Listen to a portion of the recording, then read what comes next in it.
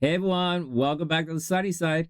I'm Sonny, and I just have to say the hot water is not working today. We're replacing the tank here at Casa Sunshine. So unfortunately, you guys have sexy Sunny today. And sexy Sunny is gonna talk to you guys about narcissism. I know, right? Or whatever. Chill out. Everybody people. All right, so what's today's question? Um, okay. So today's question, actually, I didn't write it down. I changed my mind. I was going to talk about some other thing as we move on about how easy it is for the narcissist to get sucked in. No, not the narcissist. For the empath to get sucked into the narcissist game. Oh, well, let's talk about that. Let's talk about that today. Okay. So you want to know if you're a toxic empath. That's the question you want to ask yourself today, right? These little Sunny talks kind of things, I've heard so many times that the answer is, has everything to do with the question that you asked. Well, that's what I learned back when I was studying NLP. Go learn the questions and ask the right questions. Okay, man, I'm trying. So all right. So that's the deal. Oh, this is the wrong thing here.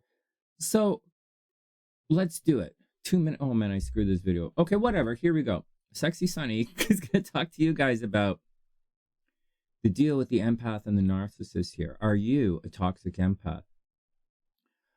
Okay, well, maybe toxic is a bit of a hard word.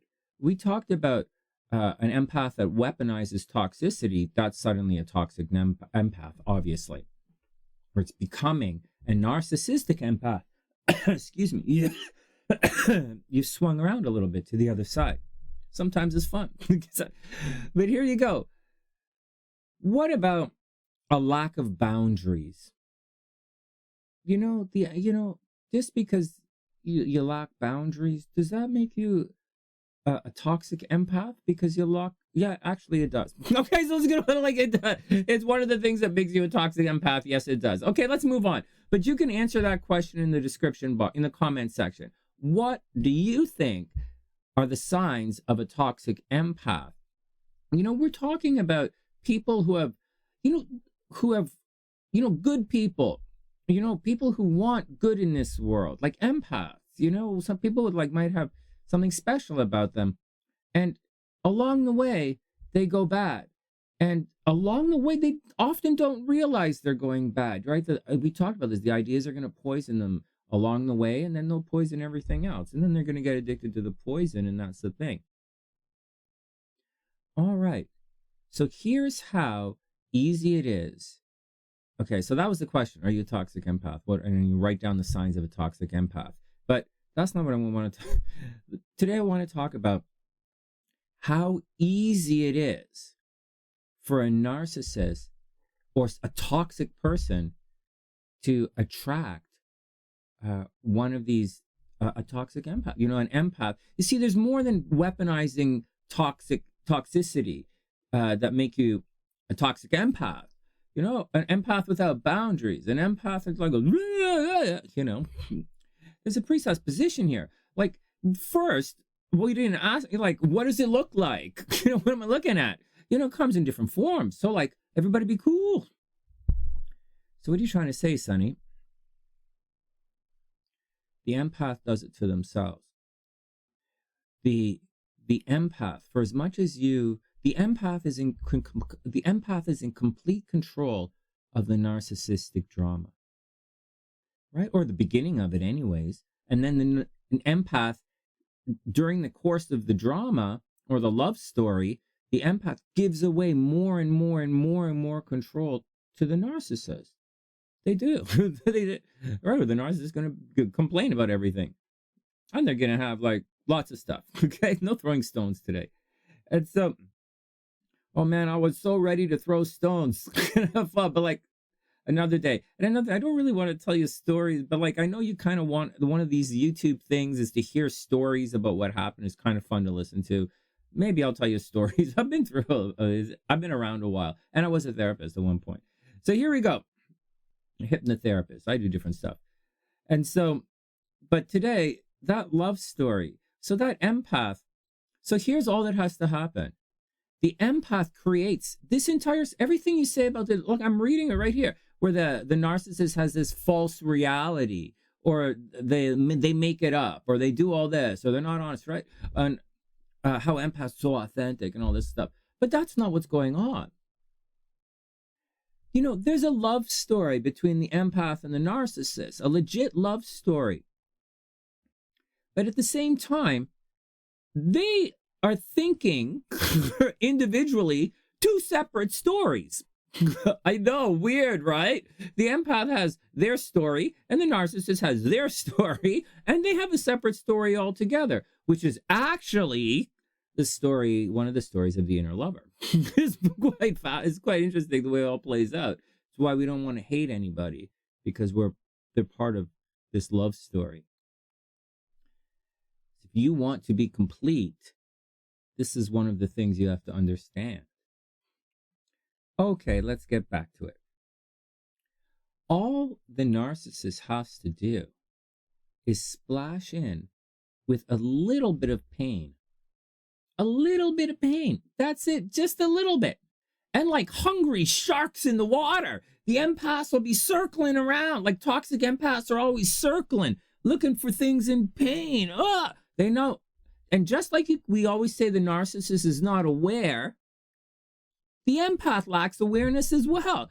Do you think the empath realizes that they're like this shark going, and when something splashes in the water, I need a little bit of help. They're like, oh man, here, burn my bra. Like, what the hell? Seriously. That's all it takes. And the empath is hooked.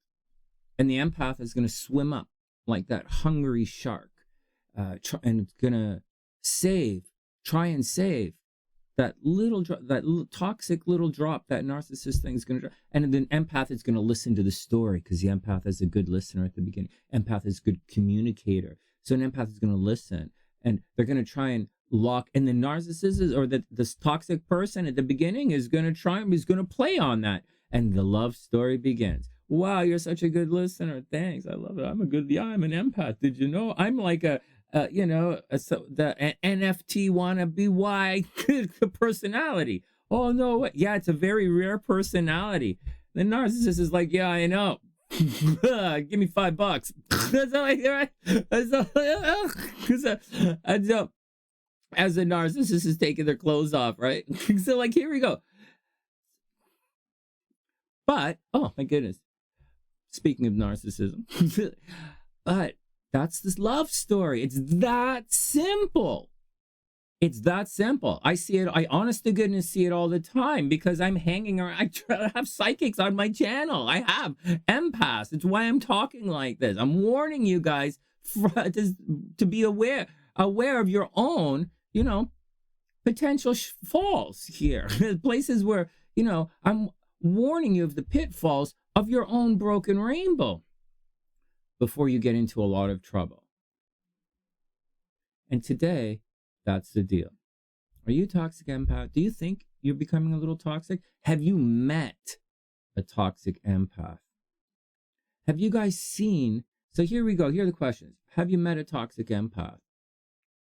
Do you know the signs of a toxic empath? Have you seen the love story play out? We see it all the time, actually. Have you seen it? Do you hear someone who has a toxic person makes a little splash of a pity party, or a little splash of a ooh, or a little spot, just a little thing. And then like hungry, crazed sharks, emotional sharks, and they'll fight over you. They will fight over. What do you think the narcissist always does this? Or the toxic person does this? These sharks start fighting. They're like, oh, you can be like that. And they're going to try and out love you. They will. They're like, oh, they're going to try and out comfort you.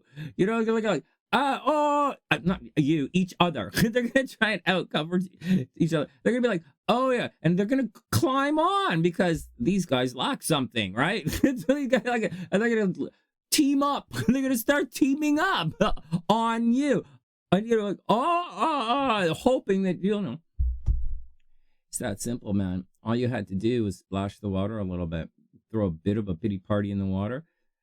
You're going to find your psychic empath, your toxic empath pretty quick. All right? Just be cool. Watch yourself. Try not to fall for it. Wishing everyone the absolute best. Have a super beautiful day. I love to hear your comments in the comment section. So feel free to leave them. And I wish you the absolute best. And I'll see you soon. Okay, whatever. Have a wonderful day, and I'll see you guys soon.